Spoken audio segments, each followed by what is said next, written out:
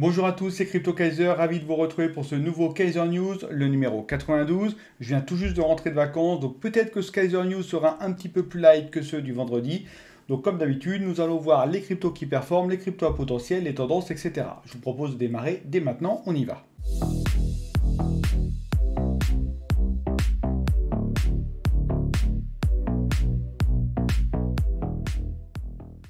Alors avant de commencer cette vidéo, je vous rappelle que, étant encore une toute petite chaîne, l'engagement de la communauté est super important. Donc si vous pouviez avoir la gentillesse de mettre un like ou un commentaire à cette vidéo si vous l'appréciez, c'est vrai que ça va beaucoup m'aider. Une fois que ma chaîne vidéo sera plus conséquente, évidemment, je ne vous le demanderai plus. Mais là, pour le moment, j'ai vraiment besoin de vous, donc je compte sur vous. Allez, Bitcoin, 26 034 $. Donc finalement, ça n'a quasiment pas bougé depuis mon départ en vacances. Résultat, il faut que je parte plus souvent en vacances. Ethereum, 1649 $. Bon, c'est vrai quand même hein, qu'on s'est pris un beau retour de flamme là dernièrement. Donc pour rappel, hein, je ne raisonne que par rapport aux clôtures. Donc la clôture se termine à 1 h du matin. Le marché global crypto, 1093 milliards de dollars. En légère régression de 0,07 versus moins 1,18% la veille. Le Bitcoin, quant à lui, accuse une baisse de 0,23% versus 1,29% la veille. Le Bitcoin moins 0,23, l'Ethereum plus 0,01, autant dire 0, et les altcoins plus 0,11%. Le Bitcoin a un petit peu moins performé que les autres, mais comme ici, dans la dominance, nous sommes en vision hebdomadaire, nous avons toujours une bougie verte parce que globalement, cette semaine, c'est le Bitcoin qui a mieux performé que le reste. Mais nous avons une petite mèche juste au-dessus qui symbolise le fait que le Bitcoin a moins performé. Mais grosso modo, la dominance, c'est vrai qu'elle a baissé, mais pas pour les bonnes raisons, hein, puisqu'on a retiré des capitaux du marché global crypto. On en a retiré plus dans le Bitcoin que dans les altcoins, et vu qu'il n'y avait quasiment rien dans les altcoins, quoi qu'il arrive, eh bien, nous avons une dominance du Bitcoin qui baisse, un marché total qui baisse, bref, c'est pas la panacée. Ça se voit d'ailleurs indirectement dans le sentiment crypto, le fameux Fear and Greed. Nous sommes à 38, on a encore perdu une place. Nous sommes dans la peur, pas non plus l'extrême peur, mais la peur. Il n'y a pas vraiment de lumière, il n'y a pas de catalyseur, il n'y a rien d'autre. Donc forcément, le moral des investisseurs est un peu à plat. Ça se voit du coup dans l'évolution de l'index Fear and Greed. Nous oscillons depuis 200 jours autour de la trendline. Parfois, nous sommes en haut du range, parfois en bas du range. Le range étant grosso modo de 38 à 68, on va dire. Et là, nous sommes à 38, donc nous sommes en bas du range. Bon, logiquement, l'éclaircie vient après la pluie, donc a fortiori, il devrait y avoir une petite remontada avec des bonnes nouvelles. Bon, attendons de voir les bonnes nouvelles. Pour le moment, j'en ai pas à vous communiquer. Par contre, ce que je vous propose, c'est d'aller voir notre fameux Rainbow BTC. Donc, représentation toujours sympathique du cours du Bitcoin hein, depuis 2010. On voit bien les alternances entre les bull run ici et les bear market ici. Hein. Nous avons également les halvings qui sont représentés, espacés tous les 4 ans. Et donc ici, nous sommes presque arrivé au halving, on a encore un petit peu de chemin, mais bon, mieux vaut être ici qu'ici, hein. Vous voyez ce que je veux dire. Ici, c'est le début du bear market, là, on est vraiment dans le bear market, ça fait quand même pas mal de temps qu'on tire la langue, donc espérons enfin que l'éclaircie viendra. Donc pour ma part, l'éclaircie devrait arriver, donc mars-avril, ça devrait être en théorie le prochain halving, et ce qu'on peut voir dans le passé, c'est que peu de temps après le halving, c'est là que va débuter le bull run. Voilà, donc ici, à mon sens, ça devrait être plutôt juin-juillet 2024 que le bull run démarrera. En tout cas, c'est mon plan. Je pense qu'avant le prochain bull run, nous allons avoir une phase, malheureusement, de bear market, en tout cas de grand range, comme ça, comme on a pu avoir ici. Comme on a pu avoir ici, même si ici c'est un peu plus funky. Comme on a pu avoir ici. Bah ici c'est pareil, donc forcément quand ça monte tout le monde est content, derrière quand ça descend, bah, tout le monde pleure, mais on est dans un range. Et dans un range, encore une fois, je vous le dis à chaque fois, mais c'est le chaos. Donc c'est vrai, il y a eu des grosses liquidations qui ont eu lieu hein, il y a une dizaine de jours. Mais le problème, c'est que les traders, ils s'impatientent, ils prennent des grosses positions en marge, etc. Et du coup, il se faut flusher. C'est dommage. Faites vraiment attention. Moi, dans les ranges, je reste toujours en spot. Hein. Je ne fais rien, je ne fais aucun levier, rien. Sinon, c'est comme ça qu'on se fait détruire. Il faut vraiment être patient. On y est presque. Hein. C'est bientôt que logiquement, nous devrions avoir des choses un peu sympas qui arrivent. Mais c'est vrai que pour l'instant, on a l'impression que tout nous tombe sur la tête. Et quand il y a des retracements, ils sont assez sévères. Mais ça ne change rien à notre cap. Hein. Nous attendons, nous allons toujours pareil. Hein. Nous regardons des petites cryptos qui peuvent pumper. Une fois qu'ils pumpent, c'est vrai qu'il faut toujours avoir cette rigueur de prendre des TP dès qu'une crypto pump et de ne pas attendre les fois 150 que peuvent vous promettre beaucoup de youtubeurs, beaucoup d'influenceurs, etc. Quand vous faites des gains, prenez des TP. Si vous ne prenez pas de TP, vous n'avez pas de gain. Vous voyez, ça reste que virtuel, donc c'est super important. Je vous ai remis à jour ici les petites métriques importantes, c'est-à-dire qu'à la date du 26 août, le Bitcoin, à mon sens, ne pourra pas aller en dessous des 17 606 $, parce que ça voudrait dire qu'on va en dessous de l'arc-en-ciel, et comme vous pouvez le voir dans le passé, ça n'est jamais arrivé. Donc je pars du principe que la probabilité que ça arrive sera extrêmement faible, voire négligeable. C'est la raison pour laquelle, à mon sens, 17 606 $, c'est le vrai seuil en dessous duquel le Bitcoin ne peut pas passer. Et toujours d'après ce graphique, en date du 31 décembre 2023, donc à la fin de l'année, 20 035 $ sera le seuil en dessous duquel le Bitcoin ne pourra plus aller. Allez, je continue maintenant avec nos fameuses saisons crypto. Donc ce graphe, il est super simple, hein, pour rappel.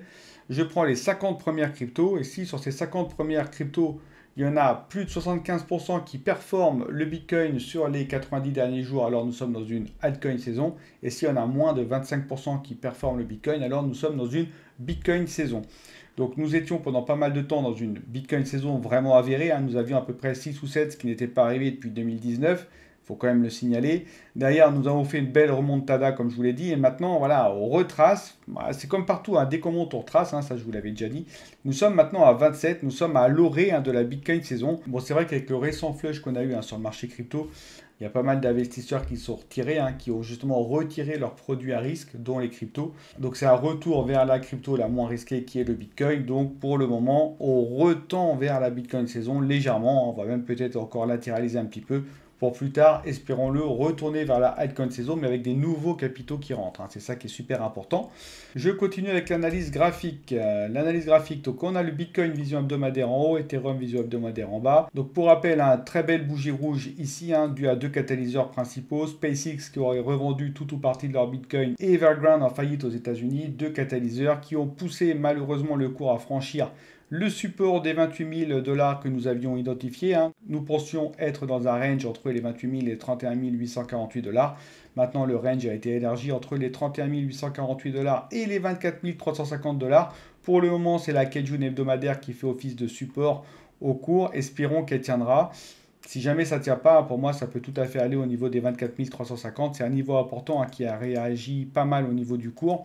Donc, probable également qu'on y retourne pour ensuite continuer à latéraliser. Attention, nous nous approchons d'un twist ici. C'est une faiblesse au niveau du nuage. Donc, nous pourrions tout à fait aller en dessous du nuage Eldo. Et là, ça serait vraiment un signal négatif, plutôt baissier sur le moyen terme. Pour le reste, côté Ethereum, pareil, belle bougie rouge avec une belle quand même remontada, hein, par rapport au fait que nous avons un ETF Ethereum spot qui pourrait être accepté par la SEC. Attention, attention, ne nous emballons pas.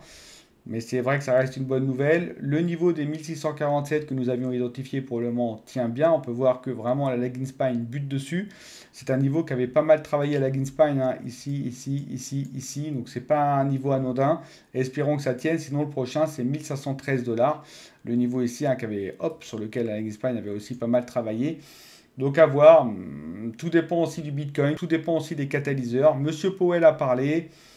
À mon sens, c'est pareil, on devrait latéraliser. Nous sommes dans un range, hein, c'est très très chaotique. On a eu pas mal de baisses. Ici, on peut voir quand même qu'on a des acheteurs présents. Donc, ça serait pas déconnant, hein, de repartir un petit peu vers le nord. Nous verrons bien. Côté calendrier économique, il y a les indicateurs qui sont sortis. J'ai pas grand chose à vous dire. Si ce n'est le fait que, toujours pareil, hein, le taux de chômage a un petit peu diminué encore. Donc attention, hein, c'est bien pour l'économie, moins bien pour l'inflation. Monsieur Powell a parlé. Monsieur Powell a été un peu timoré dans son discours.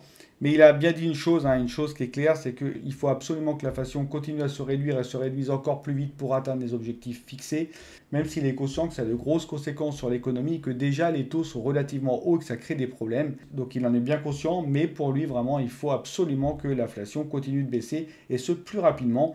Donc comment ça doit être pris? Est-ce qu'on a vraiment pricé une hausse des taux pour septembre? Ça, je ne sais pas, je ne suis pas sûr qu'on est complètement pricé.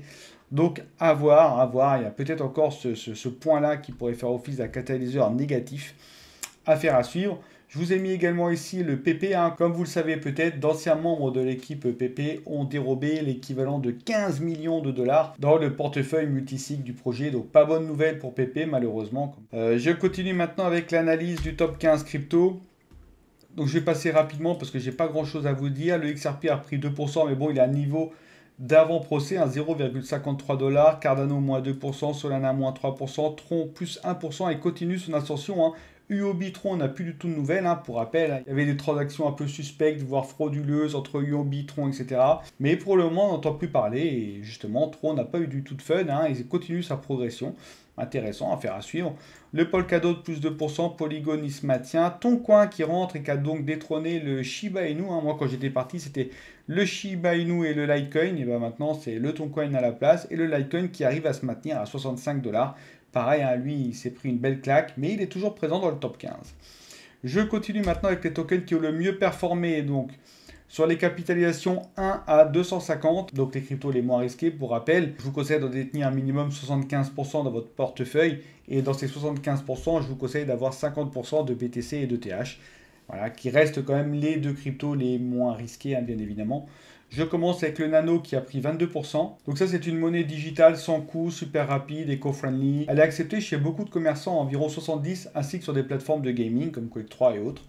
Donc pas mal, 22% en plus. Ensuite, on a le Roll Bitcoin qui a repris 17%. C'est vraiment une plateforme qui est dédiée aux paris sportifs et aux jeux d'argent. Bref, complètement compatible avec les cryptos, bien évidemment. Ensuite, nous avons Kadena qui a pris 10%. Ça, c'est une blockchain de layer 1 qui est Proof of Work, qui utilise un nouveau langage hein, qui est le Pact, qui permet de développer des applications décentralisées de façon très rapide. Il est plutôt pour les entreprises, il utilise le consensus d'ailleurs Tendermint, ainsi qu'une architecture chaîne web, je ne sais pas si vous connaissez, hein, grosso modo, nous avons... c'est du parallélisme de chaîne, hein. Nous avons une chaîne principale avec des sidechains de chaque côté et l'ensemble forme la chaîne Kadena. Donc c'est rapide, etc. Bref, elle a bonne presse, hein, cette blockchain-là. Ensuite, sur les 48 dernières heures, nous avons Economy qui a pris 33%. Economy, je pense que vous connaissez, notamment par l'application VV. Donc le cœur de métier de la plateforme, c'est vraiment les collectibles, hein, donc les NFT qu'on peut collectionner. Ils ont fait beaucoup de partenariats avec des grandes marques, notamment Disney, Marvel, etc. C'est un écosystème qui grossit, il y a toujours de nouveaux NFT qui rentrent dans la plateforme. C'est assez intuitif, c'est pas mal. Ça utilise en plus la réalité augmentée, hein, donc on peut acheter un NFT après avec son téléphone. On peut le voir à travers son téléphone sur des objets, sur un bureau, sur une pièce de notre maison, dans le jardin, etc. C'est même ludique pour les enfants. Donc franchement, bien Economy. Hein. Ensuite, Nano, j'en ai parlé. Decred, tiens, qui a pris 3%. Ça, c'est une crypto-monnaie qui est essentiellement basée sur la communauté, la gouvernance et le développement durable. Elle est à la fois Proof of Work et Proof of Stake. Et toutes les évolutions du projet passent évidemment par la gouvernance décentralisée. C'est eux qui vont dicter les évolutions futures du projet. Ensuite, sur les 7 derniers jours, donc Economy qui a pris 49%, Nano 19% et Kadena 10%. Je continue maintenant avec les tokens Orange, donc capitalisation 251 à 800, donc quand même plus risqué, faites attention, pas plus de 15% dans votre portefeuille. Taraxa, donc j'en parle souvent, pour le moment Taraxa, elle a les projecteurs sur elle, elle a repris 38%. Donc pour rappel, elle est sortie en janvier 2021, elle utilise la technologie des DAG, Direct Acyclic Graph, ce qui lui permet du coup d'avoir un parallélisme beaucoup plus important puisque plusieurs mineurs peuvent miner des blocs en même temps. Une application Ethereum peut être déployée en un simple clic sur cette chaîne et chacun peut être validateur avec son propre ordinateur. Un Raspberry peut même suffire. Ensuite, nous avons Dust Protocol. Donc ça, c'est un token qui a été distribué uniquement aux détenteurs de NFT et de Gods. Donc en totalité, hein, c'est-à-dire qu'il n'y a pas eu de pré-mint, il n'y a pas eu de token alloué pour les équipes. Donc apparemment, parce qu'il y a extrêmement peu d'informations dessus, apparemment ça serait le token de gouvernance de Dust DAO, mais on n'en sait pas plus que ça reste assez secret. Je continue avec QuarkChain qui a pris 16%. Ça, c'est une blockchain EVM de Layer 1 qui a été créée en 2018 par un ex de chez Google, Kizu. Donc elle est basée sur le sharding, elle a à la fois Proof of Stake et Proof of Work. Elle est très rapide, elle est peu coûteuse, elle est évolutive. Mais c'est vrai qu'elle est sortie en 2018 et franchement le graphe il n'est pas super sexy. Hein. On est parti bien mais derrière ça reste quasiment plat au niveau de la courbe. Donc à mon avis elle n'a pas pumpé comme elle aurait dû pumper. Et je pense qu'il n'y a pas énormément de potentiel de gain sur cette blockchain. Bon là elle a pris 16% mais bon voilà. Ensuite, nous avons Komodo qui a pris 23%. Donc Komodo, ça c'est une plateforme qui est décentralisée, anonyme et sécurisée. C'est un fork du Zcash. Donc du coup, elle est anonyme comme Zcash. Et elle utilise la chaîne de blocs de Bitcoin. Donc on peut dire qu'elle hérite de la sécurité de Bitcoin en plus. Et donc Komodo, c'est une plateforme d'échange d'ailleurs qui permet de connecter toutes les crypto-monnaies entre elles. Et d'ailleurs, on peut la miner avec des GPU ou même un CPU. Ensuite, on a QuarkChain qui a pris 15%, ça j'en ai déjà parlé. Et puis on a le Paris Saint-Germain Fan Token, ça vous commencez à connaître maintenant, c'est chez Liz, qui permet de créer un fan club d'une équipe donnée et on associe un token à ce fan club et ça permet d'avoir des échanges avec l'équipe. Je continue sur les 7 derniers jours, c'est Metacad qui a pris 52%. Donc ça c'est vraiment un univers de gaming d'ailleurs plutôt orienté jeux d'arcade. Et ça regroupe du coup une communauté, un token, etc. C'est pas mal fait, on peut même jouer à des jeux d'arcade gratuitement d'ailleurs. Komodo, j'en ai parlé, et QuarkChain, j'en ai parlé, qui a pris 17%. Je continue maintenant avec les tokens rouges. Donc capitalisation 801 à 2000, toujours pareil, hein, faites quand même attention, pas plus de 10% dans votre portefeuille. Je commence avec Revest Finance qui a pris 48%, c'est énorme. Donc ça me rappelle Ternoa pour ceux qui connaissent, j'ai fait une vidéo sur Ternoa, je vous propose de la consulter. Revest Finance, ça propose des coffres forts dans lesquels on va mettre des tokens donnés. et ces coffres-forts pourront être ouverts suite à un événement donné. La durée, par exemple, au bout d'un certain temps, le coffre-fort s'ouvrira. La valeur, si jamais le token dépasse tel montant en dollars, alors le coffre-fort s'ouvrira. Ou même une adresse donnée. Si je me connecte avec telle adresse, alors le coffre-fort s'ouvrira. Donc c'est n'importe quel jeton ORC20 qui peut être mis dans le coffre. Et ce qui est vraiment bien, c'est que ce coffre, en plus, il est fractionnable. C'est-à-dire que je peux même vendre un petit morceau de ce coffre-fort. Et enfin, on peut même ajouter un token, même si le coffre-fort est verrouillé. Et c'est vrai que quand je vous l'ai présenté à l'époque, je trouvais vraiment sympa ce projet. Il est que 1338e, hein, je pensais qu'il aurait plus performé, en tout cas là il vient de prendre 48%, c'est pas mal du tout. Ensuite nous avons Mbot qui a pris 35%, donc Mbot ça c'est un bot Telegram. Alors nous avons déjà vu Unibot, Lootbot, là maintenant nous avons Mbot, mais c'est pas tout à fait la même chose parce qu'on ne peut pas utiliser Mbot. Mbot c'est donc un robot, donc un bot qui a été dopé à l'intelligence artificielle, qui a été entraîné sur des modèles de trading, etc. Dixit, leur site, j'ai pas été vérifié évidemment à l'intérieur du bot. Et le bot, en fait, il va trader et tous les gains gagnés vont être envoyés dans un wallet particulier qui est indiqué sur le site. Et à partir de là, ceux qui détiennent des Mbot vont être rémunérés par rapport aux gains du robot à hauteur du pourcentage de Mbot qu'ils détiennent par rapport à la supply totale. Alors c'est vrai que sur le site, ils indiquent des gains alléchants. Moi, j'ai quand même recalculé. Moi, j'ai trouvé que ça gagnait à peu près 13 ETH pour 2 semaines, donc 26 ETH par mois. Voilà, donc derrière, si on fait le calcul, si j'achète pour 500 $ de Mbot, donc il vaut combien? Il vaut 10 $ à peu près. Donc ça me fait 50 Mbot. La supply totale, c'est 1 million. Donc 50 divisé par 1 million, ça me fait 0,00005% de Mbot que je possède. Donc si je multiplie ça par les gains, donc c'est-à-dire à peu près 26 ETH, je vais dire 30 ETH pour faire plus simple, ça me fait grosso modo par mois 2,36 $ de gains. Alors effectivement, moi je me base sur les 30 ETH grosso modo que je gagne par mois. Eux indiquent beaucoup plus, mais moi j'ai pas vu ça dans le portefeuille, donc je sais pas trop quoi penser. Après, vous savez, c'est toujours pareil. Est-ce que c'est vraiment le robot qui trade ou est-ce que c'est pas fait manuellement? Est-ce que c'est pas un Ponzi qu'il y a derrière?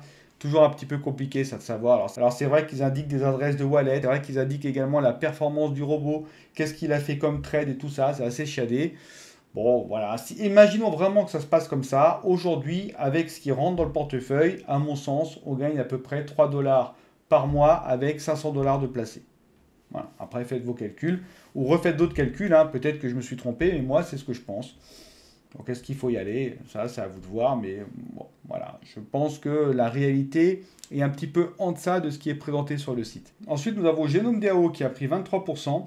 Alors ça, j'en ai déjà parlé de Genome DAO. Ça, c'est une plateforme d'analyse du génome. Chacun stocke son ADN dans un coffre-fort sécurisé sur la blockchain. Et chacun peut être rémunéré, du coup, s'il accepte que son génome soit partagé pour la recherche. Et ce qui finalement aboutit à la plus grosse base génomique mondiale. Voilà, moi je trouve que c'est une bonne idée. Il date de janvier 2022, mais à partir de début 2023, c'est vrai que ça a pas mal bougé au niveau de son graphe. Bon, après, il y a toutes les problématiques éthiques que ça peut soulever. C'est un peu comme le scan d'Iris de chez WorldCoin, sauf que là, la tokenomics c'est bien meilleur sur Genome DAO que sur WorldCoin, bien évidemment.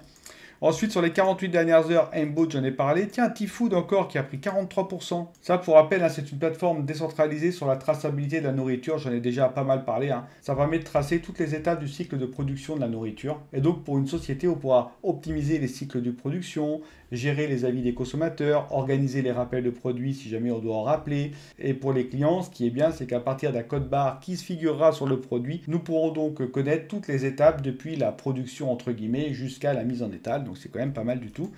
Et puis on a Genome DAO qui a pris 15%. Sur les 7 derniers jours, nous avons Blockbank qui a pris 122%. C'est pas mal du tout. Donc Blockbank, ça propose à la fois de la CeFi et de la DeFi. Ça propose même une carte bancaire. Bon après, moi ce qui me plaît pas trop, c'est que j'ai fait une analyse des adresses de personnes qui détiennent ces tokens-là. Et il y a 2 comptes qui détiennent déjà plus de 34% des tokens. Donc on peut se faire dump facilement. Donc je suis pas trop fan de ça, donc je passe mon chemin. Rivest Finance, ça je vous en ai déjà parlé. Et puis on a Aston Martin Communication Fan Token. Ça c'est du Chiliz, un peu comme le Paris Saint-Germain tout à l'heure. Je continue maintenant avec les fameuses tendances. Je vais passer assez vite. Donc les catégories, pour rappel, ça c'est des variations sur 2 semaines. Donc ça c'est les 15 premières catégories sur les 69. Donc forcément sur les 2 semaines on a pas mal retracé. Donc ce que je peux vous dire, c'est que c'est toujours pareil, c'est les Layer 1 qu'on la cote, donc les Bitcoin, etc., Ethereum. Les Smart Contract Platform, ça c'est tout ce qui est Ethereum et compagnie. Les Stablecoins, vous connaissez, USDT, USDC, les DAI, etc. Ensuite, donc, nous avons les tokens d'exchange. Donc ce soit à la fois des exchanges centralisés et décentralisés. Les exchanges centralisés, 45 milliards de dollars. Les exchanges décentralisés, 7,8 milliards de dollars. Quoi qu'il arrive, hein, c'est toujours les exchanges centralisés qui ont vraiment la cote par rapport aux exchanges décentralisés, qui montaient un petit peu, mais maintenant ça restagne encore. Ensuite, nous avons la DeFi. Ça, effectivement, ça marche énormément sur la crypto. La crypto est indissociable d'ailleurs de la DeFi. Et dans la DeFi, nous avons les liquid staking tokens qui prennent de plus en plus d'ampleur. Je vous en avais parlé lors du précédent Kaiser News, hein, où nous pouvons justement utiliser le Lido pour avoir des STETH. Après, on peut remettre ça sur du Libra. Et donc, à partir des STETH, on peut minter du IUSD pour d'ailleurs avoir encore plus de rewards. C'est pas mal du tout, ça marche bien pour le moment, j'ai rien à dire par rapport à ça. Les mêmes coins, toujours pareil, il faut partir aussi des cryptos. Le staking ETH2.0, je viens d'en parler, la gouvernance décentralisée évidemment, hein, c'est pareil, hein, c'est un des piliers de la crypto. Les NFT, moins 15%, les NFT, ça perd encore du terrain, les NFT. D'ailleurs, les Layer 2 également, ça je comprends pas trop, parce que ça reste quand même très utilisé. Les DEX aussi en perdent beaucoup. Le gaming perd également, tout comme le métaverse. Bah, c'est vrai que là, maintenant, avec le retour de flamme qu'on a eu, on a une certaine frilosité de la part des investisseurs qui attendent des signaux clairs pour pouvoir re-rentrer dans le game. Donc attendons de voir, il nous faudrait un ou deux catalyseurs, ça serait pas mal. Mais les catégories qui ont quand même le plus pumpé, nous avons donc les tokens de bridge qui ont pris 2,93%. Les stablecoins également. Ensuite, nous avons les Rebase tokens, 3,5%. Alors ça, j'en avais déjà parlé, c'est des tokens pour maintenir leur cours, ce qu'ils font. Soit ils vont proposer plus de tokens en circulation, ce qui aura pour effet de faire baisser le cours, parce qu'il y a plus d'offres. Ou alors, ils vont se mettre à burner des tokens, ce qui aura pour effet du coup d'augmenter le prix du token. Donc voilà, ils jouent vraiment sur ces deux piliers pour maintenir un prix, c'est ça les Rebase tokens. Ensuite, Asset Back Token, ça ils ont perdu 4,41%, mais ça reste quand même les pertes qui sont les moins importantes parmi les autres catégories. Donc Asset Packet Token, donc ça c'est très simple à comprendre, hein, ce sont des assets backés. Donc par exemple sur Compound, je vais déposer un ETH, je vais recevoir un CETH. Voilà, le CETH est une représentation du token que j'ai collatéralisé. Et puis on a les fan tokens aussi, le Chiliz, hein, qui sont les catégories qui ont le mieux tenu, on va dire. Sinon, pour les tokens les plus recherchés sur les 48 dernières heures niveau mondial sur CoinGecko, le WorldCoin, bien évidemment, qui a encore perdu 9%. Hein, je vous l'ai dit, faites très attention au WorldCoin. Ensuite, on a le Roll Bitcoin, hein, qui a pris encore une fois 17%. C'est vrai que c'est bien fait, jeux d'argent, etc. Ça marche toujours, paris sportif et tout. J'ai loupé le coche, hein, je vous l'ai présenté au tout début, j'ai pas pu en avoir. Et derrière, j'ai pas pu rentrer parce qu'il n'arrête pas de monter, c'est comme ça. Ensuite, on a SEI qui a perdu 5%. SEI, ça c'est une blockchain qui est sortie il n'y a pas longtemps, hein, je crois qu'en juillet-août 2023, qui est très très rapide, 20 000 transactions secondes. À titre de comparaison, Solana c'est 10 000 transactions secondes, donc rapide, sécurisé, etc. Alors effectivement, ça peut être un bon prétendant pour remplacer éventuellement Solana ou autre, hein. Après, elle n'a pas assez de recul cette blockchain, donc Solana a quand même essuyé pas mal de plâtre. D'ailleurs, elle pourra peut-être encore en essuyer d'autres, parce que je ne suis pas certain que tout ait été corrigé. SEI, elle vient tout juste d'arriver, donc c'est ça le problème avec les nouvelles blockchains. Est-ce qu'elles vont pouvoir, lorsqu'il y aura vraiment beaucoup de trafic, par exemple lors du prochain bull run, tenir la charge? Solana, tout le monde avait les yeux en étoile quand c'est arrivé, ça marchait très bien, mais dès qu'il y a eu le bull run, bon, avec la charge, c'est complètement écroulé. Est-ce que SEI, ce sera la même chose ou pas? On ne sait pas, on n'a pas assez de recul, c'est ça qui est dommage. Sinon, c'est vrai que c'est une blockchain qui a l'air assez prometteuse. Donc, à voir. Elle est déjà 126e, donc il n'y a pas non plus énormément de gains à se faire. Par contre, c'est vrai, j'ai été voir un petit peu le SEI scan, etc. Les blocs, ça va extrêmement vite, tout a l'air fluide. Après, voilà, je ne peux pas vous dire, j'ai pas assez de recul. Le WorldCoin, ça j'en ai déjà parlé, Komodo également, et Akash Network, ok il a perdu 15%, mais qu'est-ce qui performe bien celui-là, c'est incroyable. Bravo à Akash Network, hein, moi j'en avais pris, je suis vraiment très satisfait de ses performances. Donc je continue et je termine maintenant avec les tokens à potentiel. Donc ici nous avons ARK qui propose une suite d'outils pour construire de façon très simple et rapide des applications décentralisées sur n'importe quelle blockchain EVM ou BSC Avalanche, Phantom, etc. Donc très bien. Ici, nous avons GeoGem, qui est une plateforme sociale. Pour rappel, hein, c'est une IA qui tous les jours nous pose une question et nous invite à y répondre. On peut y répondre, nos amis peuvent y répondre. On ne voit pas ce qu'a répondu nos amis avant qu'on réponde, etc. Et du coup, ça crée une plateforme de partage, d'opinion, etc. Donc c'est pas mal fait. Observer, ça j'en ai déjà parlé sur le globe. Ils ont placé plein de capteurs, chaleur, pression, humidité, particules, précipitations, etc. pour pouvoir anticiper davantage le climat. Ensuite, nous avons Digital Bits. Ça, c'est une blockchain dédiée à la création d'actifs numériques pour une marque donnée. Ça peut être des NFT, ça peut être des stablecoins, etc., etc. Ensuite, nous avons Goshen, qui est une blockchain de layer 1, EVM, rapide, proof of stake, peu coûteuse. Après, elle n'a que 15 validateurs. Mais c'est toujours pareil avec les nouvelles blockchains, on n'a pas assez de recul pour pouvoir juger est-ce que la blockchain est vraiment performante en forte charge. Par contre, je reviens juste sur SEI. Ici, il faut quand même savoir que sur le testnet, elle a eu 4 millions d'utilisateurs. Hein. C'est ça qui est quand même pas mal. J'avais oublié de le signaler, ça a toute son importance. Ensuite, je termine avec le Bifrost Native Coin, qui est du liquid staking cross-chain. Voilà, donc ça c'est les tokens qui ont le plus souvent performé en tout cas sur les Kaiser News. Ensuite nous avons les pre-sales, donc comme vous le savez Digitoad ça s'est terminé, on pouvait claim les tokens, malheureusement moi je n'ai pas pu les claim parce que je n'étais pas disponible, je n'avais pas internet, et donc malheureusement je n'ai pas pu les claim et c'est vraiment dommage parce que j'ai perdu à peu près 80% de ma mise, je les ai claim trop tard donc autant dire que c'était fini. Par contre si jamais on suivait la stratégie, on aurait pu faire un x2, x2,5 hein, sur Digitoad. Hein. Donc c'est ça qui est un petit peu dommage, mais bon c'est comme ça, il y a toujours des aléas, on ne peut pas tout prévoir, c'est pas grave, il n'y a pas mort d'homme. De toute façon, Love Hate Inu, les gains que j'ai fait ont suffi à couvrir mes pertes sur iDodge et Digitoad. Reste maintenant Wall Street Memcom, lui ça sera en septembre, je serai présent. Et là j'ai vraiment claimé en temps et en heure mes tokens et j'espère pouvoir me faire également un gain. Sur CoinList, donc comme je vous l'avais dit, j'ai décidé de ne pas participer à Chainflip. J'ai participé à Arkway, j'ai perdu 40%. J'ai participé à Neon, j'ai gagné 25%. Mais Chainflip, le token m'a l'air trop cher, donc je ne vais pas y participer. Ensuite, nous avons SmartDex, mon token que j'affectionne tout particulièrement. Donc bien évidemment, il a retracé, tout comme la plupart des cryptos. Donc maintenant, il a des niveaux qui sont quand même assez intéressants. Bon, moi, j'en ai déjà beaucoup, donc je ne vais pas non plus recharger. Mais par contre, il y a la vidéo qui va arriver. Hein. Pour rappel, il y a une vidéo qui est en cours, qui est même en post-production. Et la date de sortie devrait être autour du 1er septembre. Ensuite, nous avons Mevfree. Mevfree, donc ça permet de combattre la MEV, hein, pour rappel, hein, les attaques sandwich par des bots. Donc SmartDex, ça permet de combattre l'impermanent loss. Mevfree, la MEV, ce sont quand même deux choses qui sont un peu énervantes, on va dire, dans le monde de la DeFi. Donc c'est pour ça que j'aime beaucoup ces tokens.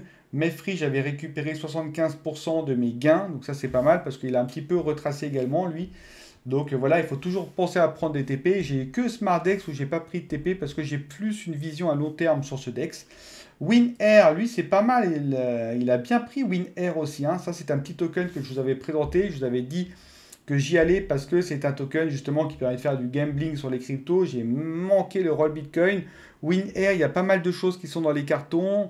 Moi, j'aime bien, hein, donc j'en ai pris. Et Lootbot aussi, hein, il avait bien performé. Bon, là, il a un petit peu retracé, mais je pense qu'il peut repartir.